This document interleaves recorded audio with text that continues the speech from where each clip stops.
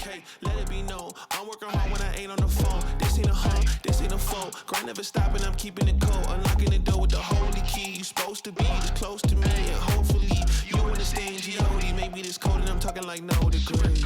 This ain't a fluke. I seen it way before it ever happened. He gave me the view. I had to put in my time on the TV. It coming in soon. I couldn't leave it all up to a variant or an experience. You gotta get up and do what it do. So complicated, homie, it's you. Always gonna wait until you in the mood. I've been running, came out gunning, stopped the fronting on your word. It's what you hear, not what you heard. I'ma hate on every verb. I'ma show you what it's worth. Every day I'm on the earth till they put me in the dirt. I'ma get into it first. Said I'ma get into it first. Until they put me in the dirt. Said I'ma get into it first.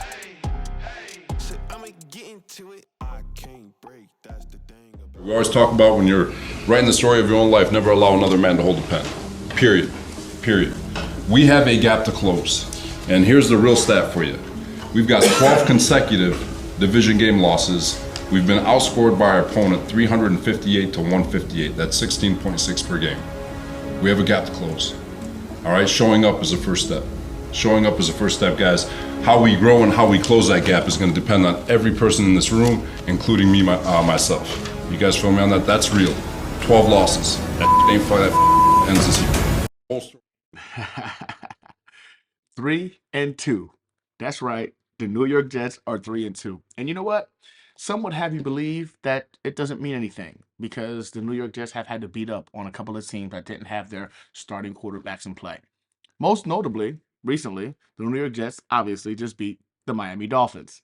And they're going to tell you, hey, if Tua was in there or if Teddy was in there, blah, blah, blah, y'all wouldn't have beat us. Well, they're not tracking the differences in terms of their turnover differential makes on their offense being able to score. So I'm going to help you fellow Jets fans out in explaining to those so-called pundits who decide to tell you that win wasn't legitimate, that it wouldn't have mattered if it was Tua or Teddy. In fact, the kid might have actually saved them a couple of turnovers. Let's go. I can do it all, I will never fall. It's the Renaissance, you know that I got the mother sauce, man. You know I'm the boss, I know what it costs. Have you ever lost? I'm so versatile, yeah, I'm a Renaissance, man. I can do it all, I will never fall. It's the Renaissance, you know that I got the mother sauce, man. You know I'm the boss, I know what it costs. Have you ever lost? I'm so versatile, yeah, I'm a Renaissance, man.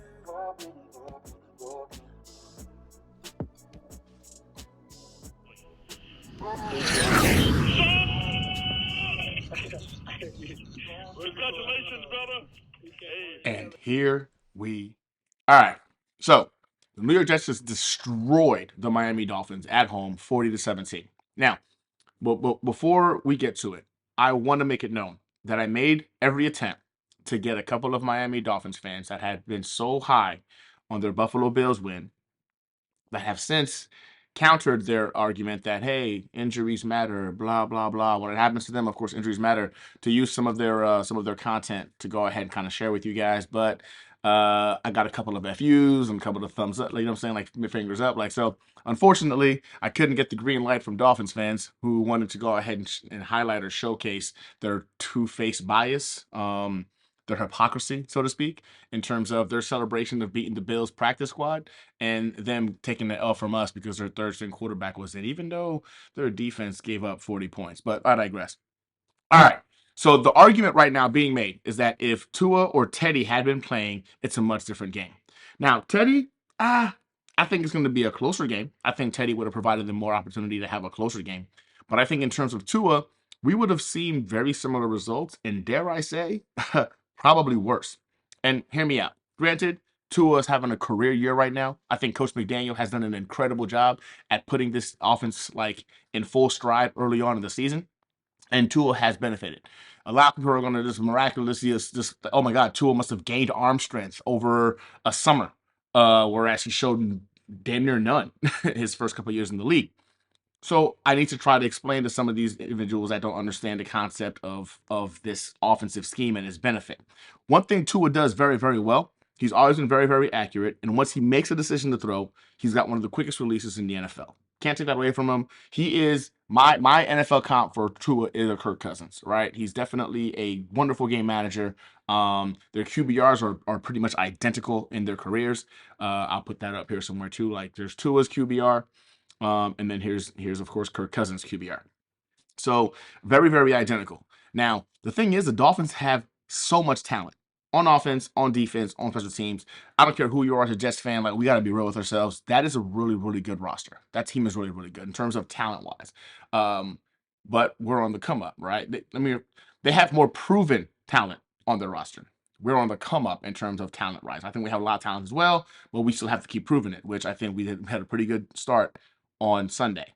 But going back to Tua, so the difference in this offensive scheme is that Tua doesn't really have to think much in terms of getting the ball downfield because he doesn't have the strongest arm. A lot of these deep routes that those guys are running are timed deep routes. He's not even throwing it to an actual wide receiver. He just knows, okay, Waddle or Hill should be open around this time. Let me throw it to that spot we've practiced in freaking practice. He throws it up to a particular spot. And those guys, being as freak athletes as they are, they make ridiculous catches because they're incredibly fast and they score or they get the long gain. So it's made Tua look really, really good in terms of his long game because of beautifully timed deep route throws. Not because he can go ahead and throw it or has a cannon all of a sudden and he can get it downfield. Not the case. Coach McDaniel should be getting way more credit for Tua's success right now than Tua should be getting. But it doesn't matter. It could be coached right. The quarterback has to get out there and make those plays happen. So, with that said, Tua has definitely done that. He has made those plays happen. Now, even with all that, as explosive as their offense has been, their defense, the same defense we just freaking got for 40 points this past weekend, is the exact same defense they've been trotting out there all season, minus one player, Xavier Howard. He got hurt and he wasn't able to get out there. But again, I digress because last time I checked, he's a defensive back. The Jets ran the ball down the freaking Miami Dolphins' throats. Not really sure how much of an impact he would have had, based off of the game plan the Jets came into the game with. But again, I digress. Now, people are saying, "Oh man, the Dolphins could easily put up 40 or 30 or whatever," right? Not realizing that the Dolphins have not done that, offensively speaking, throughout the season, with the exception of one quarter, the fourth quarter against the Ravens, where, yes, at the end of the day, the Dolphins won that game. Tua made some really, really pretty throws. I won't take that away from him. Probably the best fourth quarter game I've seen thus far all season. And that's right. That would put them higher in echelons in terms of the scoring off of that one quarter of play. In terms of the rest of the games, the Miami Dolphins have been banking on turnovers from their defense, shortened fields. Now it's crazy because I knew the defense was getting turnovers, even though they were really horrible in terms of the passing game. I mean, they're like 31st ranked in passing. So again, no surprise as to what happened to them this past Sunday. The defense is not good. Where they excel at is the turnover differential, which made their defense obviously more respectable. But what it did for their offense was it allowed the offense to have a much shorter field to operate out of. And because of that, they were able to get a lot of chunk points, in these games. Very much the way the New York Jets were able to go ahead and rack up those points yesterday. So as I'm sitting here hearing like, oh man, if our quarterback was here and blah, blah, blah, like this wouldn't have happened. I'm like, well, your defense has been playing like this all year. The defense is predicated on turnovers to be successful. The personnel that y'all have to do a cover zero blitz is just not there. Right? Like, and I'm not even gonna lie to you. I think even with Byron Jones healthy and Xavier Howard healthy, it might not be the route to go. You guys are banking on those guys being elite a couple years ago. But even last year, they got pretty much torched, at least by our boy Elijah Moore when he played them last year. So, like, there's weaknesses in the cover zero blitz. That man-to-man, putting your DBs on an island, there's not a lot of shutdown corners in the NFL anymore.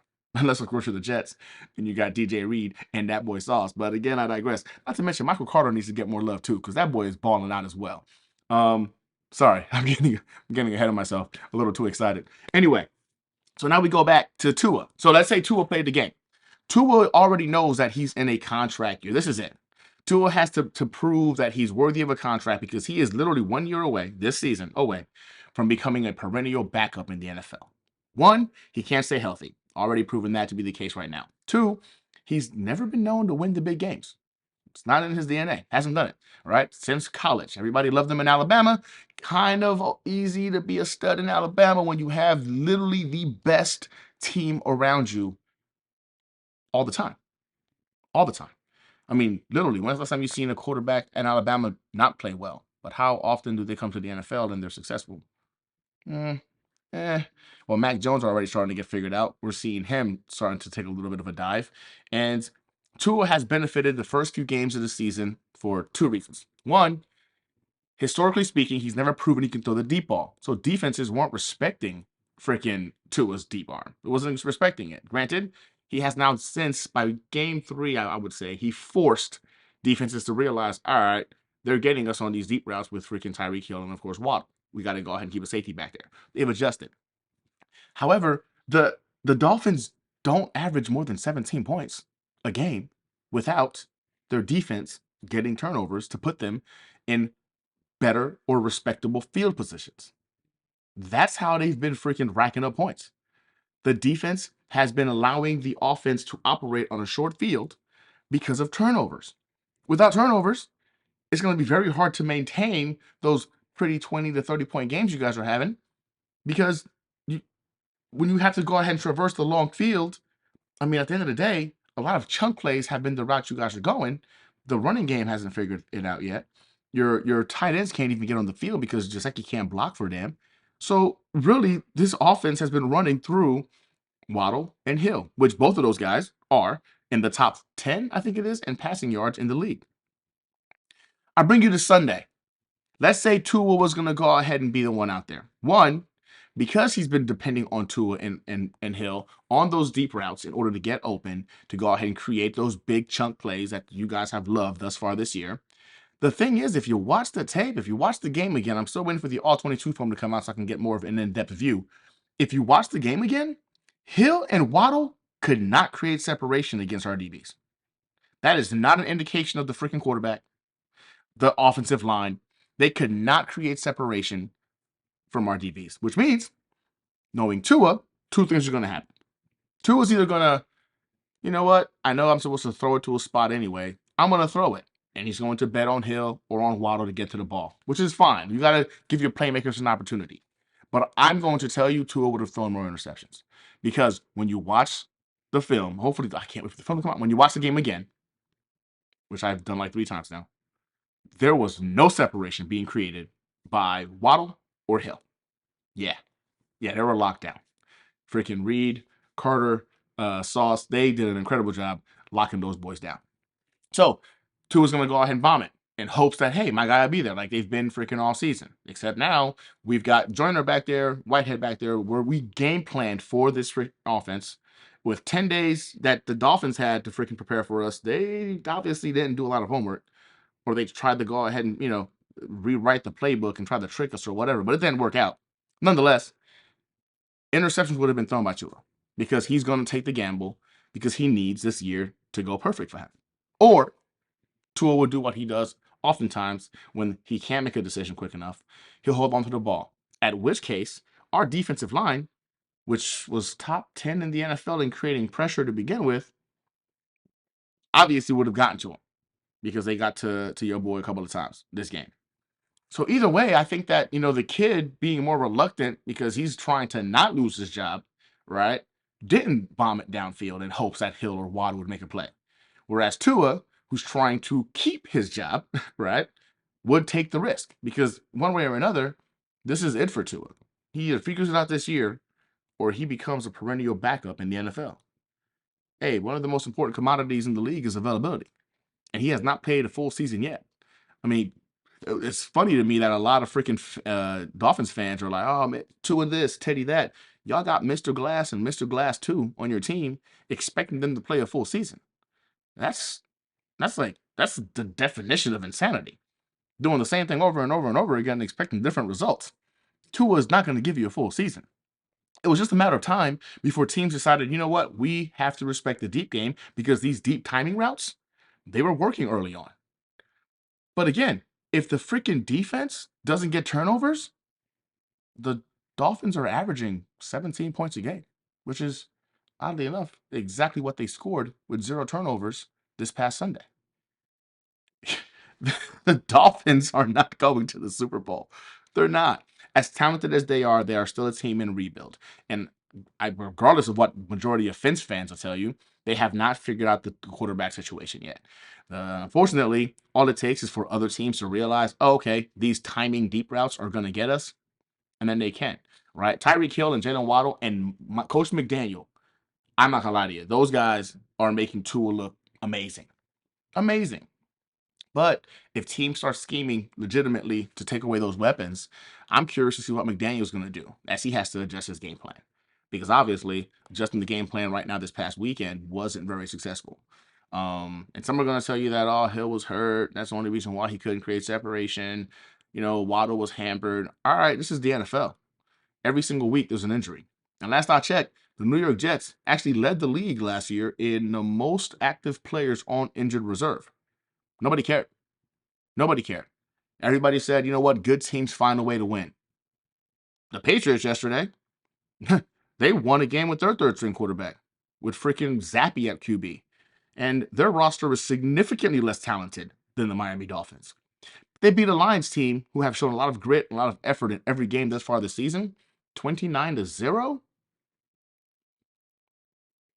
The Dolphins are supposed to be Super Bowl favorites. They scored 17 points against those same old Jets.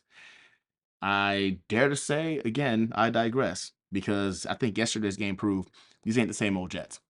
We're here to freaking play. Again, we're not the most proven team in terms of like the league, but we're on our way. But we have talent across the board. Our rookies balled out yesterday. Brees Hall made freaking these freaking defensive backs and linebackers of the freaking Dolphins look like children as he was playing with them. Zach Wilson had a very impressive game. And a lot of you want to say, oh my God, he didn't do nothing. He led a fourth quarter drive that led to 5 touchdowns. I'm sorry, he led several drives that led to 5 touchdowns yesterday, to include 1 rushing. If I'm not mistaken, man, if Brees Hall could have just gotten 1 more yard twice, he would have got you off for 3 touchdowns yesterday. 2 through the air, 1 on the ground. But again, what if, right? What if? At the end of the day, the New York Jets are 3-2. This is exciting. We're 5th currently right now in the AFC. Only one other team in the entire AFC has more wins than we do. Man, it's going to be very hard to go 0-9 or 1-8 when you're already starting off the season at 3-2. Man, I'm loving it. If you're a Jets fan, be ecstatic. We're in a great spot right now. And the next time a Dolphins fan tells you like they would have won if Teddy or if Tua this, there's their problem right there. You're depending on Mr. Glass and Mr. Glass 2 to be in games for you every single year. Like how we were told, as Jets fans, we've been told, you know, if you were a good team, you'd find a way to win a game. So, with that said, enjoy the L, boys. If you're a Jets fan, congratulations. We are 3-2, baby, on to the Green Bay Packers. And you know what? I feel pretty good about them too. But y'all have to check that one out on my preview video in a couple of days. Ah, man. Go Jets. Let's go.